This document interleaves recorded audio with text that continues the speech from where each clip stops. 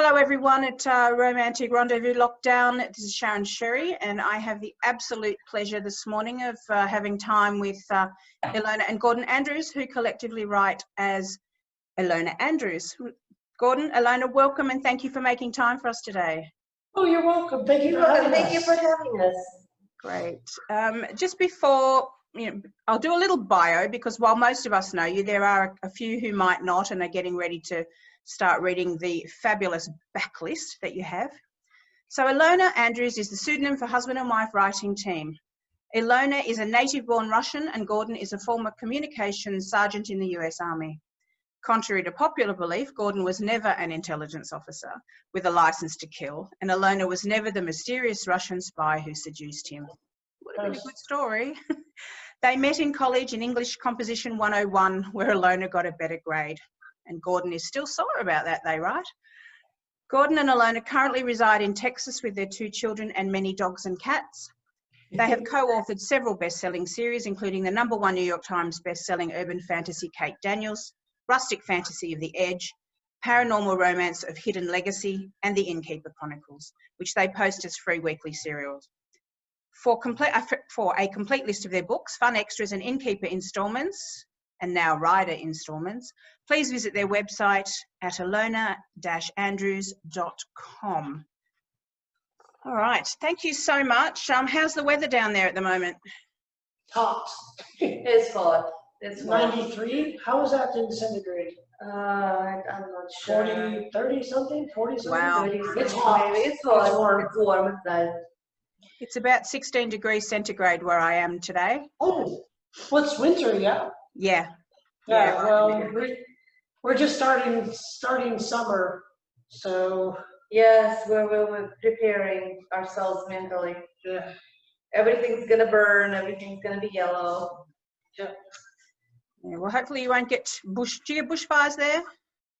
Oh yeah, Yes. we do. Yes. It gets so dry, anything can set it off. The first year we lived in Texas, we had the car packed and ready to go in case we were evacuated. Yeah. Smart. We have this cedar. It's kind of this low hill cedar that grows everywhere, and it goes up like a candle, and it's just everywhere right now. And then it's like one spark and you're out. They ban like outdoor fires during no barbecue. summer, barbecue, fireworks. They sometimes ban mowing because as you mow with a lawnmower, the blade could hit the rock and spark off. So it's just at some point, well, you don't even have to mow anymore. Everything dies. Everything dies. Just kind of turns to dust. Yeah, that's the beauty of Texas. Yeah, well, you would have seen. For You would have about seen Australia. yeah, it's beautiful. About 3 months in the fall and about 3 months in the spring, maybe. Yeah. And the rest of the time, no. It's warm. We decided we probably can never come to Australia because if we do, Gordon will just stay. Yeah. He'll be like, "That's it, I'm good. I'll Well, just we stay had here." We did have the devastation of our bushfires here. They in December, and they were and people still are struggling from that. So Yeah. It's hot. It's hotter than it's ever been everywhere. Yeah. Yeah. it is indeed. All right, let's kick off our questions. The first one comes from me, and because we met several of the puppies, you have quite a collection of animals. Are they all rescues, or have you had some of them since they were little? Some of them are rescues. Sukiya would count as rescue. If I open the door right now, they would all come in, and you can literally see them. Here we go. Watch. Maybe you shouldn't do that. No, why not? There's the white dog. They're all off now. I don't know where they are.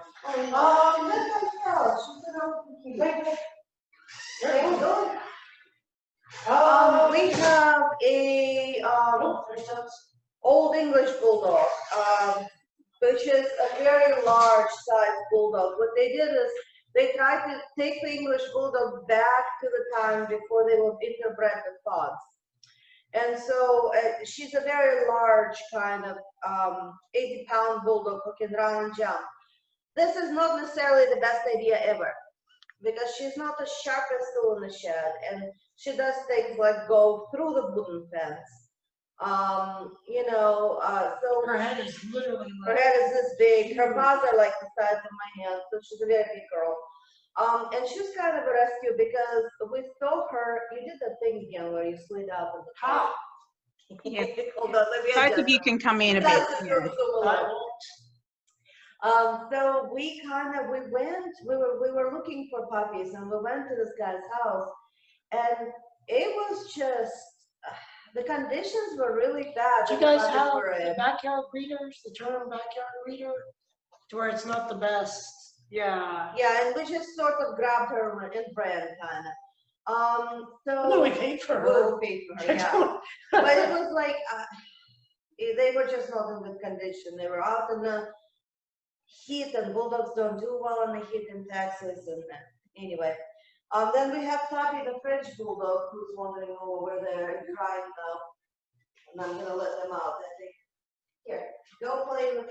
Our oldest daughter is out in the backyard, so we're very excited. Oh, they're going, yeah. And here we got from the breeder, because we actually wanted, Gordon always wanted a French bulldog, so we did that. Nike is a rescue. She is half 40 and half Dachshund, yeah. And then what else do we have? Baby. Oh, yeah, we have Baby. Baby is a little tiny Shih Tzu. She's abnormally small for the Shih Tzu, and we literally saw this guy selling puppies on the side of the road. And we were like, no, she was at the grocery store. Yeah, on the side of the road by the grocery store. And he was like, puppy. And we were like, okay. Sure. We're stupid. We're stupid, yeah. So we bought her. So sweet. And she's probably our oldest dog now. Before that it was Delilah. Yeah, before that he was a very old. She had a Doberman, but she's now passed, unfortunately. She was like 14. Very, very elderly. Yeah. She lived a long time. And hopefully we'll stay at 2 dogs. Yeah, right now, officially, we have 2 dogs. That's it. That's all we have, but the kids have dogs. Like our younger daughter just rescued, actually, a German Shepherd. Yeah, she legitimately was rescued. a rescue, yeah. They took them away, Quincy. And now Quincy does things like lock himself in the bathroom. But because our oldest is staying with us because of the COVID, we now have 2 extra doggies running around. We don't mind. I can tell. It's not a problem. They're all good. Yeah, it's probably more of an answer than you were hoping for. No, it's fun. It's good to get a little bit of that from you. All right. Now, our first reader question comes from Fiona, who unfortunately couldn't be here. She says, the first time I read Kate Daniels, bits of a dead vampire dripped from the ceiling in Kate's house. She was driving and couldn't stop the audiobook, and it was her first paranormal book ever. What made you start there? It was just kind of a good visual, because here she is, she's in her kitchen, she's safe, and suddenly this, monstrous thing crawls in on the ceiling. It's kind of that ultimate invasion of safety that we think. Well, you feel that you're safe in your home, Or you should be. Or you should be. And suddenly this thing comes in and sits in the corner of the ceiling and hisses at you. I guess that's why we did it. It seems right? snappy, and there was also the mundane aspect of her just having a bad day, going home, having a glass of wine, albeit cheap, terrible wine, which by the way is still delicious. And then having this really creepy scene of Gastic talking to her through the vampire. Yeah, it's somewhat a metaphor, I guess, for the entire series, because she's just trying to live her life and creepy things keep interrupting. Yeah. I like it. You never use point of view for Curran except in that short freebie. Is there a specific reason for that? That's because I write Curran. I mean, the short freebie, there's now probably about 50,000 worth of current PhD. Is there? Yeah, it's legitimately more than half a book. It's just the series is always from her point of view. That's the way the publisher wanted it. And currents were just something Gordon does, for the fans, because readers really love it. Kern has a strong voice, and it's very interesting to get his perspective on different stuff. The whole, and again from Fiona, because she's not here, I'll ask her questions. And I'll try and keep it to like Kate, Innkeeper, Hidden Legacy, so we have some flow. The whole pack is filled with strong characters. Did you intend always when you started the story arc to have the offshoot books with some of the secondary characters, or did that kind of organically grow? That organically grew, I'll be honest with you. We didn't even know there'd be a second book. No, we knew there was a second book. Well, but not when we were writing the first one, yeah. We sold 2 books, so we had to come up with a second book. Oh, yes. But initially, no. You know, the first book came out, and it kind of didn't do anything, right? Critics didn't pay attention to it, you know. It sold okay, and you kind of don't know how well it sells for a while. And so, but I didn't hit any bestseller lists or anything like that. And so, the one review that I did see, and it was actually by a guy that whose blog I followed, right? And he reviewed, we used to have like Reader's Digest book club, and he was the main reviewer for that. He's famous for coining the phrase, you know, about English language, you know, dragging other languages into the back alley and clubbing them overhead and rifling through their pockets for random idioms. You know, so basically, and his thing was like, this is the derivative crap. You know, it was more politely placed, but like, I've read Butcher, you're not Jim Butcher, blah, blah, blah, blah, blah, you should quit. That was basically the gist of his thing. And I remember that when the second book was due, when we started writing it, I actually called to our editor and I tried to like ask her some questions about it. And Anne Sowers, who's our editor, who's actually a spectacular editor, she must have had a really busy day, because I realized that I was having about maybe half of her brain, you know, dedicated to that, and half was on something else entirely. I don't know if she was looking through something or whatever. Like, she couldn't remember who any of the characters were, and I was just like, I remember I got off the phone call and I told him, I said, that's it. You know what, let's just write whatever the hell we want for the second book, because there won't be a third. Yeah, that was actually very freeing. Yeah, we can do whatever we want with the second book. It was really nice, because it was really freeing. We were like, well, that's it, it's the end, who cares? And so we just wrote to amuse ourselves, and that's kind of when we hit on the actual voice of the series. Most people say that the actual Kate voice starts in kind of the second book, and is refined in the third, but the second is when, you know, you see things like Kate, you know, racing with Brand for the map and hitting him with the chair, you know. We did that stuff because we figured it didn't matter, it was the last book, and that was it. Yeah, and if nothing else, she got to do Slavic mythology in the first book. I got to do Celtic mythology in the second book. Yeah, we were like, oh, good. We got to do both of our heritages, so that's it. You know, and then the second book came out, it hit the extended New York Times. Did it? Yes, and it was the saddest phone call. Anne called and said, well, congratulations, you hit the extended New York Times list. We don't recognize the extended New York Times list, so actually this is no benefit for you. And I was like, okay, thank you. But then they wanted 2 more, and then, you know, the spin-offs kind of organically grew from that. Yeah, but there are some authors that will say like, oh, I had a whole 20 books in the series planned out. We didn't. They may have, but we didn't, for sure. We did. There's no way. No. I remember at some point we decided to end with book 7. We got to book 7, and we're like, there is no way to wrap this up. We built this big bad guy, Roland, right? And, you know, he's charming. And you're like, there needs to be more books to explain how the final contemplation comes. So, you know. And so we kind of grit our teeth and we're like, let's do 3 more books and figure out, like, how we're going to do them. Plus, they offered us money. Yeah. So that's always nice. Yeah. It's always good. And I guess that second book then, with the decision you made, brought your true voices forward, not the ones you thought would sell. Yeah, that's true. Yeah, that's a good way to put it. Very, very green in the first book. Like we cut, they told us to cut a quarter of it because they wanted it to be within a certain length so they could sell it for $6.99. And they were like, kind of like, we don't care which parts you cut, but make it shorter. Yeah. And we cut the wrong parts, and you know, they won't let us rewrite it. We tried. Yeah.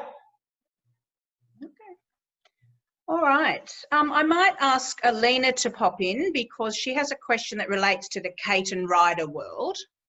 Okay. Ilona, please unmute. Hi. So Hello. my question is, will you write a novella or something about Barabbas and Christopher? Because you said you might after you finished Magic Triumphs, and I'm really curious. Thank you. Keep reading the snippets that we The post. writer snippets. Keep reading the writer snippets. You'll be pretty happy later. That's all I can say. You know, we originally planned on doing a novella. We kind of going back and forth on that because there's a lot of fiction right now that shows kind of male gay couples, right? That's primarily targeted at women. It's written by women, kind of for women that have two gay men, and we don't want to meet the genre expectations of that particular subgenre. Nothing against it, but that's kind of not what we do, and that's not where we go. So we're on the fence as to what tone or form that novella would take. You know what I mean? Yeah, okay. Let's move away from Kate at the moment. I want to just pop into some of your writing processes because our readers often like to hear how you come up with these marvellous worlds and stories. Are there any rules or laws that you've created for your world that you stick to, or does the story sometimes force you to move away from that? Do you like have a rule book? No. I don't know that there is a rule. I mean, there's world building, yes. We There's have to certain stick to things, that. yeah. Magic and technology always switch. You know, certain things are impossible. Like, if you have, you know, if you're infected with the shapeshifter virus and you lose the battle with loopism, which makes shapeshifters go crazy, there is no cure. You know what I mean? There's no cure. That's it. There's no. Sometimes people die permanently, but that's in terms of like plot twists. I don't think we have any weird rules as to. No. I mean, like, if like world building wise, like most of our shapeshifters have been like warm-blooded mammals. We haven't had like a lizard shapeshifter. We had a gator one time. Did we? She was like you That's right. Yeah, the you Egyptian. remember her, the Egyptian. Yeah. That was almost more magical though, wasn't it? Yeah, she was a magical shapeshifter. She was kind of the shapeshifters are kind of fall into two camps. So there's the larger camp where they're infected, and then there's people like Dolly, and Dolly is the shapeshifter because she's a mystical animal. You know what I mean? And so, you know, the rules for mystical animals are a little bit different. But in principle, we try not to break the rules that we set up because world building rules are kind of a contract with the reader that you subconsciously made. And you break that contract at your peril. Yes, there was a series I was reading, and the main character of the series did something that she said she didn't do, and it actually caused me to put the book down and be like, okay, no, that's it. Like, that was always your thing for like the first 3 or 4 books. I'm not going to do this. I'm not going to. Yeah, this was like a foundation of a personality. Yeah. And then she's like, well, okay. And I was like, okay, I'm out. Yeah, Thank you, I'm out. So we try to be consistent, I guess. Yeah, brand promise broken there. Yeah. Yeah.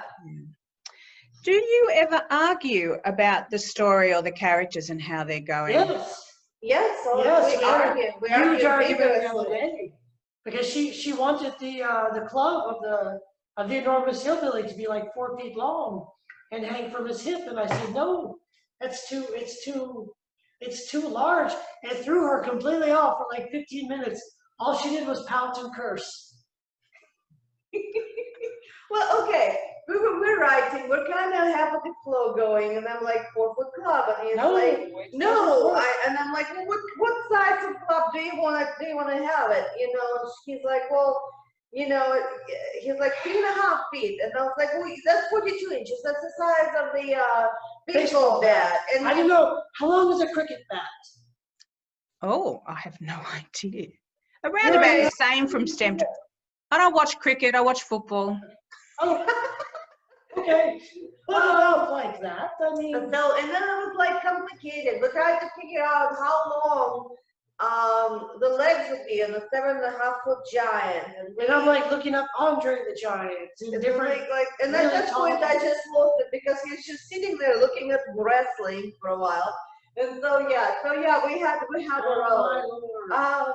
We generally don't get upset with each other, but we do get, vocal, because sometimes that's kind of what happened. And yes, I usually end up cursing and pouting. That's pretty much my answer to it. We're very weird to where if he knocked me off my stride, I then have a really hard time getting back on. Yeah. But a cricket bat is 38 inches. I just Googled it. See. Cricket bat is shorter. No, what was it? Yes. 38 to 42, you said. Yeah, see? Yes. Okay. So it is shorter. It's wider though. Okay, we're not doing the club issue. Okay. I love you. We're not doing that. That's fine. On the flat of the bit. Are there any abandoned, and this is the last question from Amy Brooker, are there any abandoned stories or ideas that you might consider revisiting or writing down the line? We have some trunk stories on the website, and I think it happened because one of the readers emailed, and she was really, really upset about having a bunch of stories that she didn't finish. She was trying to break into writing, and she's like, I have all the stories, they're all broken, blah, blah, blah. I said, well, everybody has them. She's like, well, you never show us. And I'm like, okay, fine. So I think we posted like 4 things that basically we wrote to a certain point, we're like, yeah. And we could probably finish the Technomancer out of those. Yeah, the Technomancer, I would say, had the strongest possibility of being finished. I know we can do it, and it's in that Hidden Legacy world, so we can we can twist it enough to feed it into one of our Hidden Legacy. Yeah. We also, the very first book, I think it was our first book we wrote, The Jester, and we joked about doing something with it. Do you remember? Oh yeah. So this is a terrible. Our very first book, and they never published. Always doing the thing. Oh, sorry. Hold on. Damn it! There we go. There reaches a point where a fan has to be turned off, where it makes horrible noise. Yeah, we don't know what's wrong. Yeah. So basically, it's this awful D&D knockoff with we had cannibal hobbit ninjas and it was just incredibly weird and stupid. Yeah. And right now there's this really interesting trope that's being basically batted around, especially in Asian comics, where it's the writer or some random reader, right, ends up being transported in a novel and reincarnated of sorts as one of the members in there. And they do very cool stuff with it. At one point, the girl becomes she wakes up and she's like, oh, not only I'm basically a villainous character, but I get killed in 3 days. I should do something to avoid that, Yeah, I like that one where it's the show she wrote. Yeah, there's she was the writer of the show, and she went into the show. Yeah, this is actually a show. You could get it if you guys watch Chinese dramas. It's a Chinese drama. It's called Romance of Tiger and Rose, and basically she wrote this. She's a writer. She wrote Chinese drama, right? And then she pops into it, and she's this throwaway character who's supposed to get married to the prince and get poisoned on their wedding night. And so she's desperately trying to twist her own story to get out of it. It's hilarious. That's a hilarious story. So we actually thought about doing a version of that with that horrible D&D book. Yeah, that's Giant Bulldog. Big dumb bulldog. So yeah, there we go.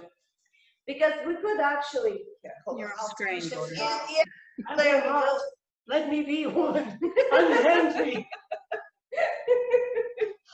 So we actually thought of taking that story because it's so over the top, It'd be perfect for that, using that framework of the terrible thing we wrote. Yes, because it's so over the top, because it's fiction, you gotta consciously breaking the rules by letting everybody know you are in the world of the novel. Haha, you can do crazy stuff like impossible armor, and the character can comment on it and be like, okay, that sword would not work by any laws of physics. Like, this would not work, but look at him. He's chopping a monster down with it.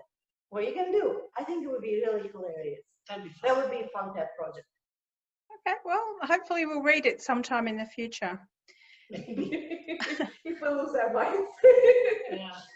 Now, a question from Malvina, who hasn't read any of your books yet. She's a newbie getting ready to start discovering the wonderful world of Ilona Andrews. Where would you suggest she starts? Hidden Legacy. Oh, okay. It's less of a barrier to entry than Kate Daniels is, because Kate Daniels starts with this really complex world right away. And the first book, not much is explained. This is part of the reason why we evidence of us being green. Because when we were publishing, there was this prevalent belief in the workshop environment. Like, we attended the online workshop of science fiction fantasy, which was a huge aggregate of aspiring authors. And the prevailing belief was that you don't explain, you just show everything. This is a highly damaging and erroneous belief, because you have to explain things, and so some people open the book, the first Kate book, and they just like kind of slide in there along for the ride, and they're okay. And now that people bounce off of it because it's like nothing is explained. I don't understand what's going on. What are the rules of this world? I'm gonna say Innkeeper. I disagree. Innkeeper would be I think good Innkeeper, because it's just our world.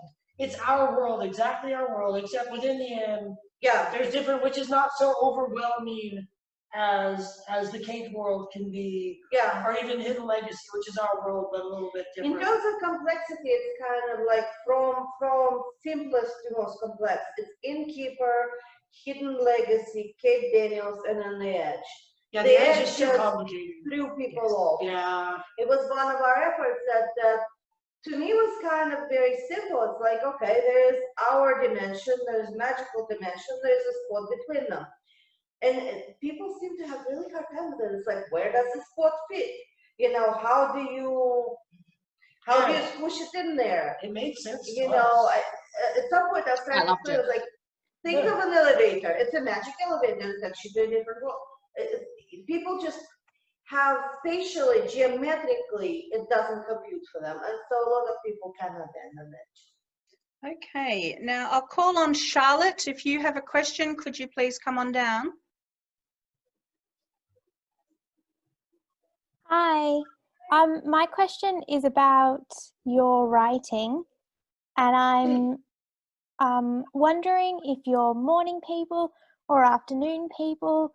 Do you write 5 days a week or 7 days a week? I'm just wondering if you can give us a little bit more information about how you actually write.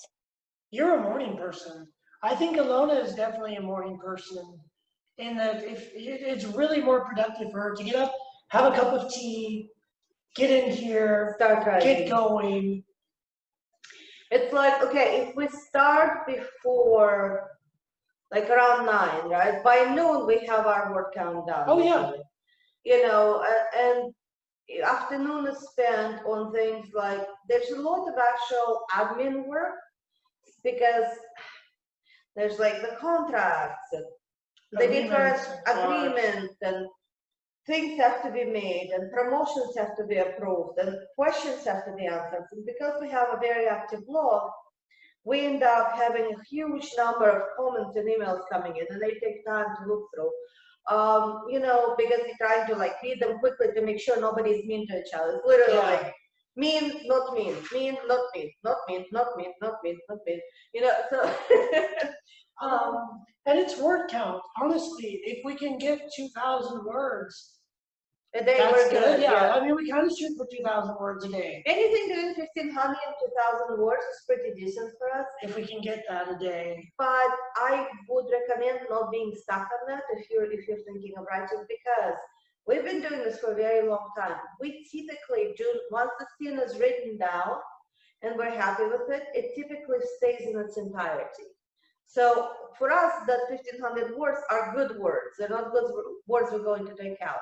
If you're just starting out, you may rewrite that thing 50 million times. So don't hold yourself to the some arbitrary number. Yeah, I would, you know, if I was starting, I would just scene. Like, I would write a scene. Yeah, write a scene. If I could write a scene every day and be happy with that scene, that's great. Like, that's really good progress. And the scene could be a page, it could be 5 pages. It just depends, like, what does your story develop. Sometimes you write to a pivotal point in the scene and you're like, I am too tired.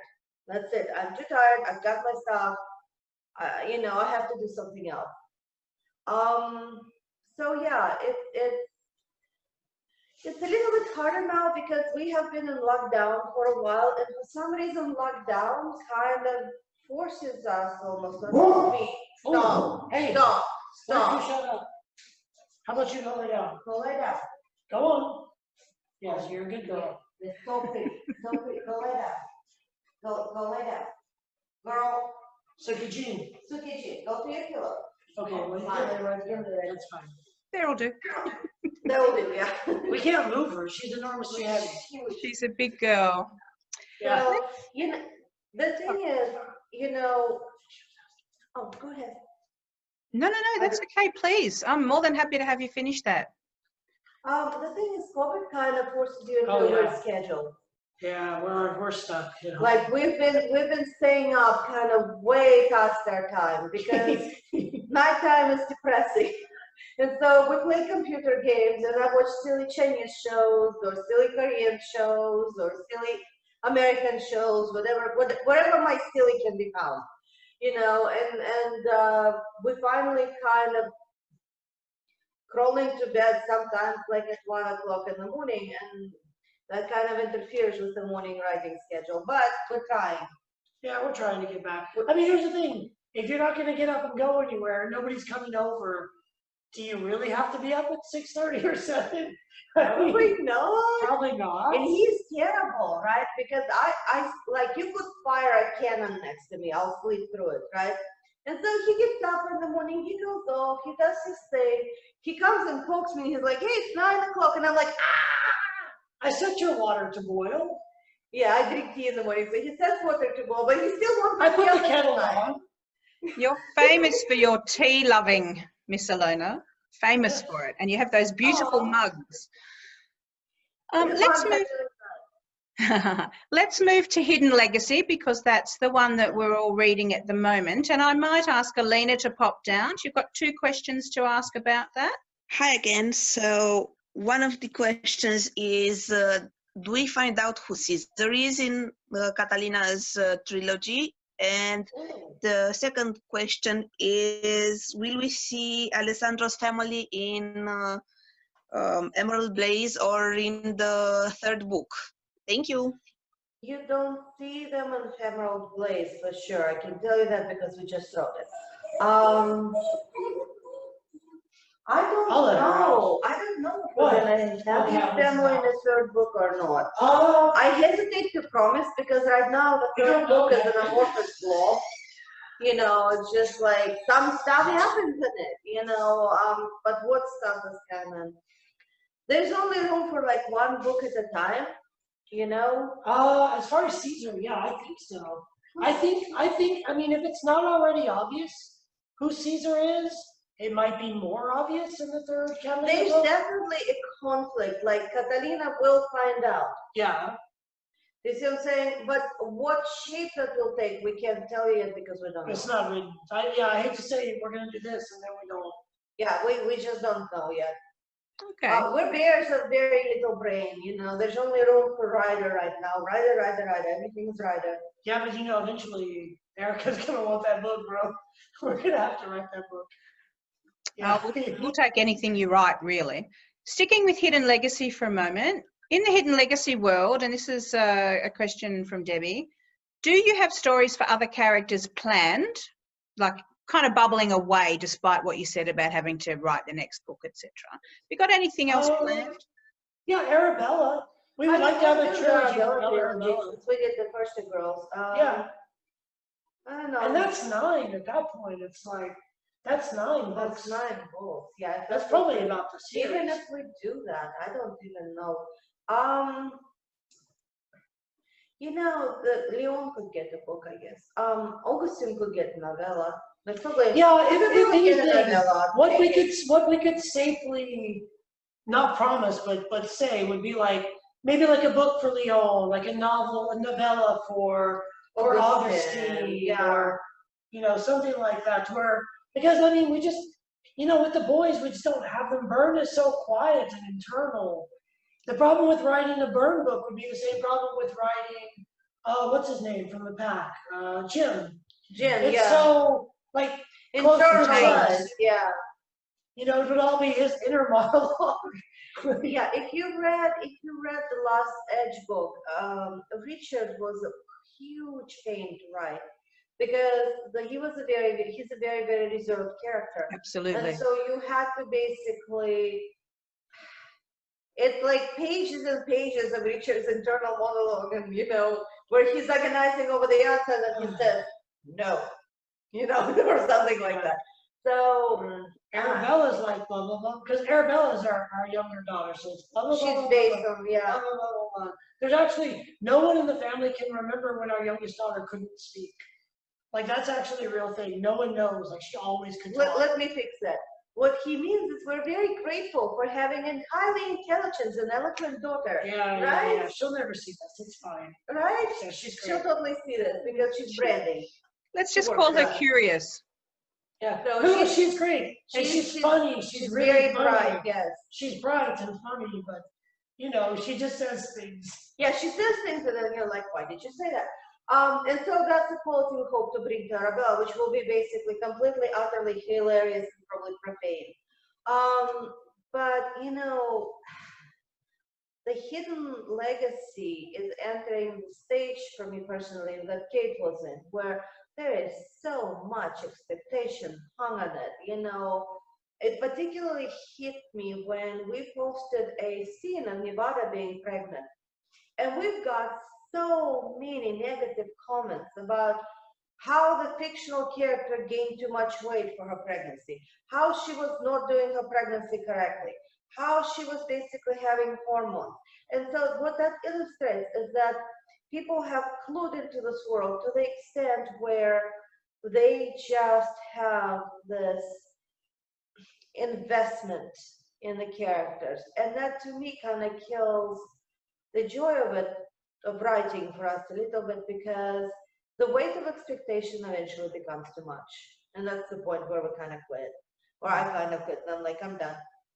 I slavishly follow your blog and I sometimes comment, but it's always amazed me at how personal and how deeply people feel things.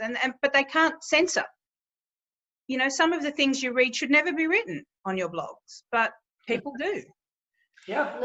Yes, people do. And it's like, look, since COVID started, we have had a huge increase in the mail that is very personal and often incredibly sad in nature. Things about loved ones dying, things about losing their job, things about divorce, things about, celebrating, trying to get through, I guess celebrating would be entirely wrong word, trying to get through the birthday of a deceased child, and getting a cake anyway, and things like that. And it just becomes, honestly, a lot of times I don't quite know what to say except so sorry. So I'm so sorry that you're grieving. I'm so sorry that this is a terrible time for you, because I don't have any particular wisdom to offer at this point. I only can sort of give a virtual hug and offer condolences. And so, yeah, it's the interaction with the readers has kind of gained mass very rapidly, and so there's an awful lot of it. Yeah. I think the lovely thing there, though, is when I read from someone that a new release from you or a weekly snippet has just helped them. Yeah. I think that is the loveliest thing. Yeah. Yeah, that's the other side of the coin. If you can do something that helps the person a little bit, that's the most we can do. Yeah, we're basically, to borrow the old, English term, the minstrels in the play. Right now it's terrible. It's terrible everywhere. Nobody is exempt. And so we're just trying to offer some free entertainment because the money is tight, and there's something about having to wait for the snippet. It's almost like the delayed gratification, something to look forward to. Absolutely. I learned it's so important to have something to look forward to, even if it's like a cup of tea, and so that's why we do it. Yeah, I mean, and that's all you can do. If you can take someone out of the world for a little bit, Yes, and help them, hey, that's great. we did our job. Yeah. Excellent. All right, let's move on to rider because that's the snippets we're all waiting for. Charlotte, do you have a rider question that you'd like to come in and ask?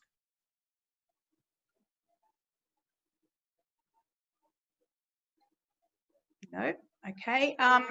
Alina, you had a couple of rider questions if you wanted to come on down.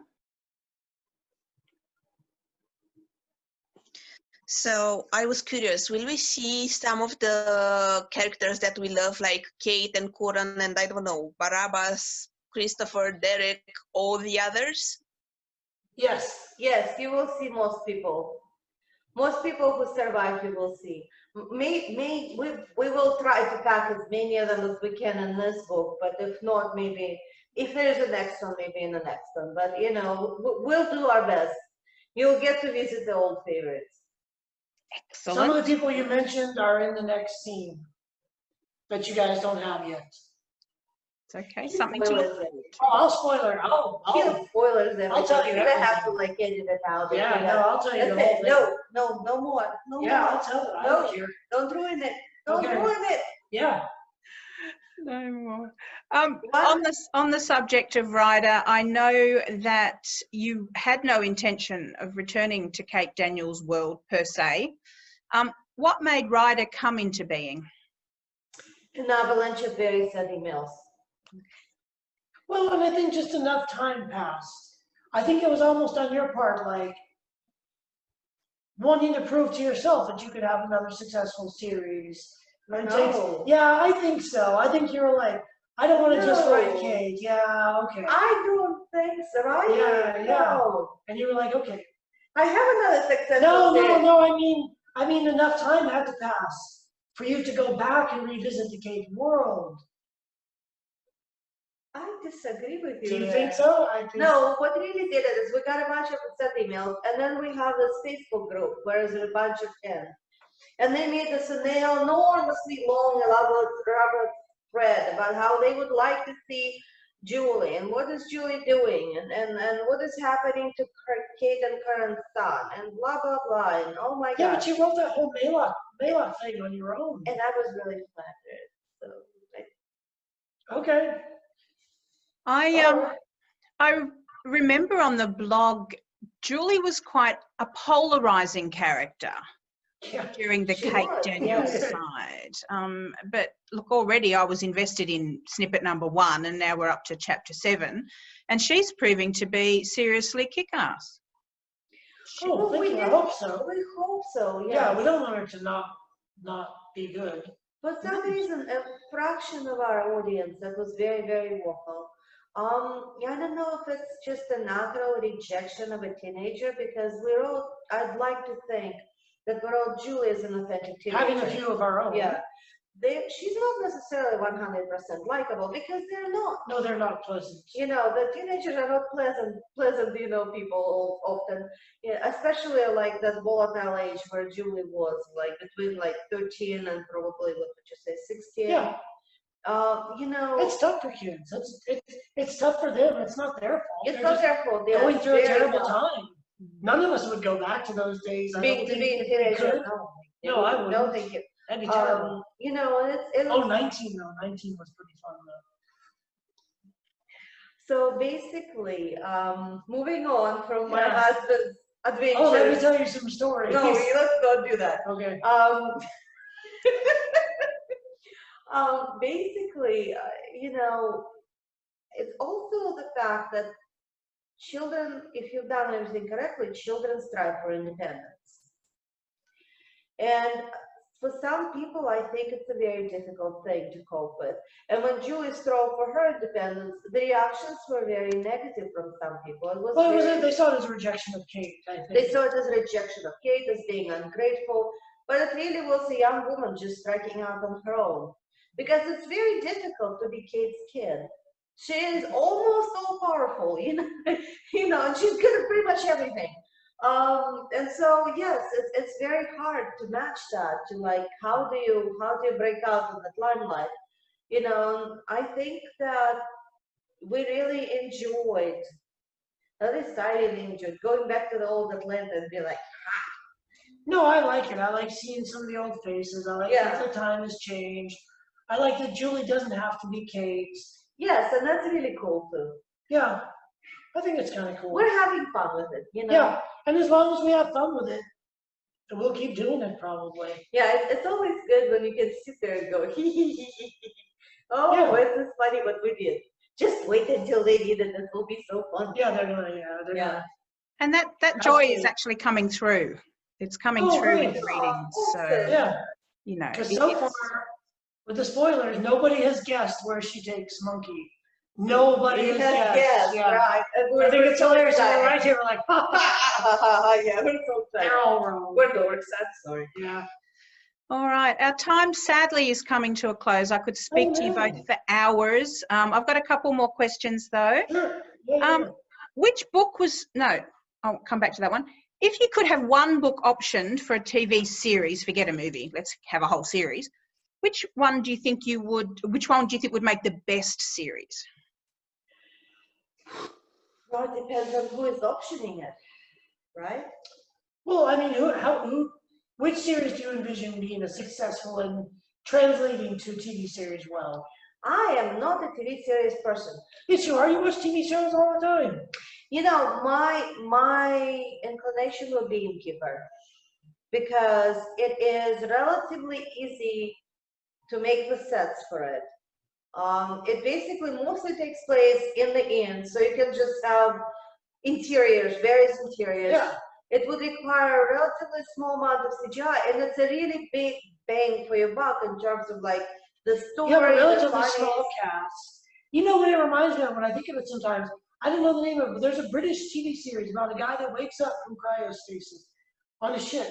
And like the cat has evolved into almost a humanoid. It's a very small, there's like an AI. There's a guy who was a janitor that wakes up on the ship like 3,000 years How later. have I not watched this? Yeah, it's a very British series.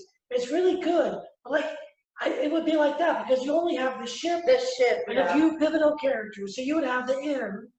You would have obviously Dina. You would have Oro. And you could make a very Caldania. You could make a small cast. They did have guest stars coming. Yeah, they included nature would allow for like this guest comes. That's very episodic. Yeah, that's true. Hidden Legacy would have to be more of a production, something that maybe HBO would tackle, or because that is an actual kind of progressive story. It's not episodic in any way, you know what I mean? And a season would be one book. Like this book is a season. This book is a season. That book is a season. Yeah, I mean, they did a good job with True Blood. They did a very good job with True Blood. Unfortunately, we've been shopping Kate around, and it's just very difficult because of the amount of CGI and props they would have to make for it. It requires a huge budget. And I just, it's very hard to sell. I can only imagine.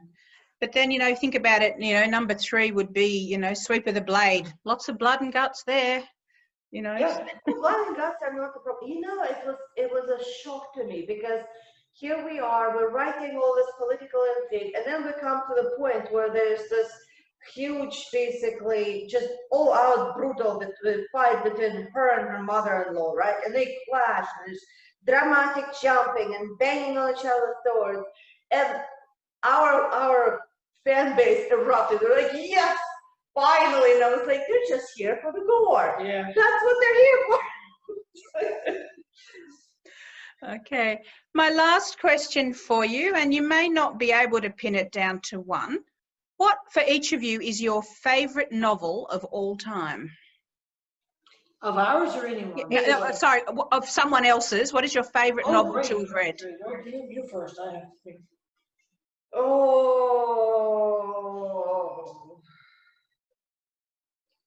the pressure. Oh. Well, see, for me, it's two. It's To Kill a Mockingbird by Harper Lee and Rebecca by Daphne du Maurier. Oh. And I read them when I was young, and they've always stayed with me. A Clockwork Orange. Mm-hmm. Probably. And what do I read? The Dune, probably a clock. If I go by things I will reread consistently, it's probably Clockwork Orange and Dune. Okay, well, I guess I'll pick a literary option. I'll say Master and Margarita by Nabokov. And then, no, it's not Nabokov, it's what's his name? Oh, Master and Margarita, let's do it with that. Horrible memory for names, like awful. Is it Bulgakov? I don't remember. But that was really, it was really, you know, very powerful for me when I read it. And, gosh, I want to pick something meaningful, but I'm like... Sorry to put you on the spot. It's really difficult because, like, there's different things that I read for different things. Like, in terms of just prose, just something that you can read, and that I read and I was like, oh, I wish I wrote like that. It would be like Bracket for me. And I'm not gonna say any particular work because you know, a lot of her work is in short stories. But yes, she wrote the classic Sword and the Planet. She very famously actually helped write the Star Wars trilogy. You know, the script. Well, she definitely wrote the second one. But in that, you know, there's like a quality to her writing that's a kind of, it's vivid and it's brilliant and it's very gut-wrenching, and you wouldn't think it would be because, you know, it's Sword and the Planet. It's literally like Mars has air and there's good people on it, you know. But yes, I just keep coming back. Whenever I start getting full of myself, I'll go and I read her work and I'm like, okay, I'll just go stand in the corner now by myself. Now, you know, if I can plug a series, he's dead, so, but there was an American author here who wrote a detective series set in Boston. His name was Robert Parker, and he wrote the Spencer books, and there was a TV series. And that's probably my most read series, like, and he wrote them from the 70s. He probably wrote them for 30 years. Like, consistently wrote the character for 30 And Gordon will reread those over and over. Yeah, of course, the character never aged. He was always the same. It's like children grow up, he stays the same. Like, okay. Yeah. Like an actual child grew into adulthood, but he was still the same. Still same, yeah. No. All right. I sadly need to call it a quits because, you know, I know, well, it's just been marvellous to meet you both and have you share some of your writing. And so are you waving? Oh, I'm just waiting. Oh, okay. If I can get you to hold up your treasure hunt sheet for me a bit higher. I think we're gonna have to hold it right there. Is that, can you see it? Perfect. Thank you so much. That's all we need. Thank you. Cool. Thank you so much for your time, letting us into your home and your lives. And take care. We look forward to seeing and hearing from you again in the future. Okay. Take care. Take care.